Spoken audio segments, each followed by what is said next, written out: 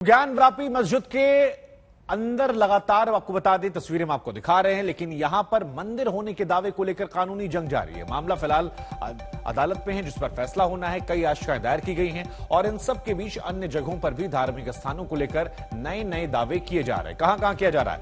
ज्ञानवापी मस्जिद केस आप जान ही रहे हैं, सर्वे काम वहां पूरा हो गया। ताजमहल में 22 कमरों की जांच की मांग की थी। ईदगाह मस्जिद मथुरा में 1 जुलाई को सुनवाई होनी है।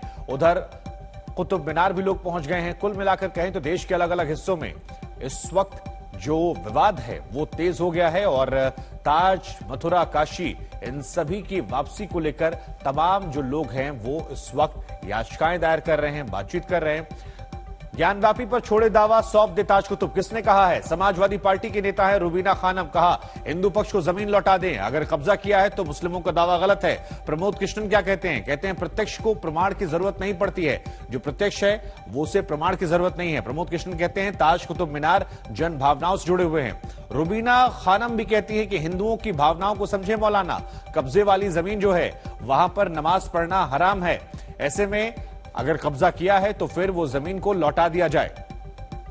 तो ये तमाम बड़ी बातें हम आपको बता रहे हैं। रुबीना खानम समाजवादी पार्टी के नेता, प्रमोद कृष्णन कांग्रेस के नेता। ये कहा किसने छिपाया था शिवलिंग? उधर रुबीना कहती है हिंदू पक्ष को लौटा दिया जाए। रुबीना का यह भी कहना है कि अगर कब्जा है तो मुस्लिमों का दावा गलत है। और प्रमोद कृष्णन साफ साफ कहते हुए कि प्रत्यक्ष को प्रमाण की कोई जरूरत नहीं। यही नहीं, ताज और कुतुब मीनार भी जनभावना जुड़े हैं, उन्हें भी लौटा दिया जाए।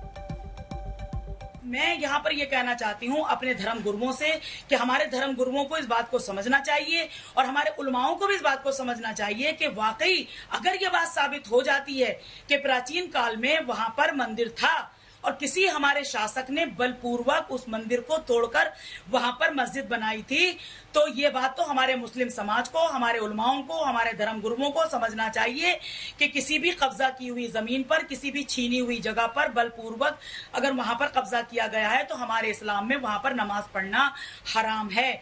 इसीलिए अगर ये बात साबित होती है तो हमारा मुस्लिम समाज, हमारे धर्म गुरु, हमारे उलमा उस जमीन को हिंदू पक्ष को वापस कर दें। वहाँ पे शिवलिंग प्राप्त हुआ जो 4 फीट ऊंचाई है और उसका व्यास 12 फीट है और ये वजू खाने के मध्य में प्राप्त हुआ है। उसको संरक्षित करने के लिए माननीय न्यायालय के समक्ष हमने अर्जी दी।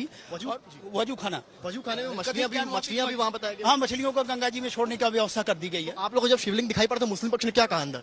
उन्होंने आपत्ति की कि यहाँ पे किसी प्रकार का आप न करें। कल आप लोगों को क्या बताया गया? फव्वारे वगैरह कुछ बोला गया? हाँ, वो कहें कि वो फव्वारा है, बहानेबाजी कर रहे थे। ये दावा जो वो लोग कर रहे हैं, ये दावा बेबुनियाद है।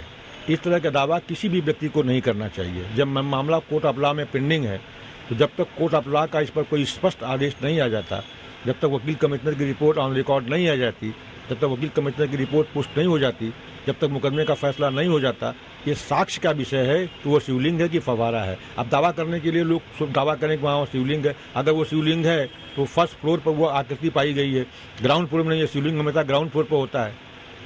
उनके दावे में क्या दम है? जो वीडियो सोशल मीडिया पे वायरल हो रहा है, मैंने एग्जैक्टली वही चीज देखी थी।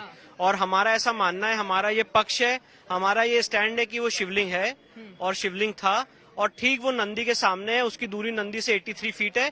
उसको हम शिवलिंग मानते हैं। अगर किसी को उसको फुवारा मानना है वो मान सकता है, वो उसका व्यू पॉइंट हो सकता है, पर मेरा व्यू पॉइंट और लीगल ओपिनियन ये है कि वो एक शिवलिंग था। देखिए, फुवारे और शिवलिंग के बीच में फर्क हमें पता है और दूसरी बात है वो एक बहुत बड़ा पत्थर है शिवलिंग के शेप का, तो कोई भी उसे फवारा नहीं कह सकता है, ना कोई वहाँ वाटर मैनेजमेंट सिस्टम है। और फवारे का शेप अलग होता है, शिवलिंग का शेप अलग होता है। शिवलिंग का शेप हम समझ सकते हैं।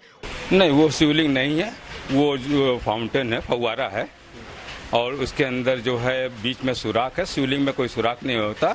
उसके ऊपर निशान भी 5 खांचे बने हुए, जैसे लगता है उसके ऊपर कोई चीज रख के दाब करके उसको कसा गया था फुवारा, वो टूट गया फुवारा। और बीच में जो वो पानी निकलने का पाइप है आधा इंच का करीब, वो पाइप आज भी उसमें मौजूद है। उसमें सीक डाल करके देखी गई थी, करीब 30-35 इंच सीक उसके अंदर चली गई थी।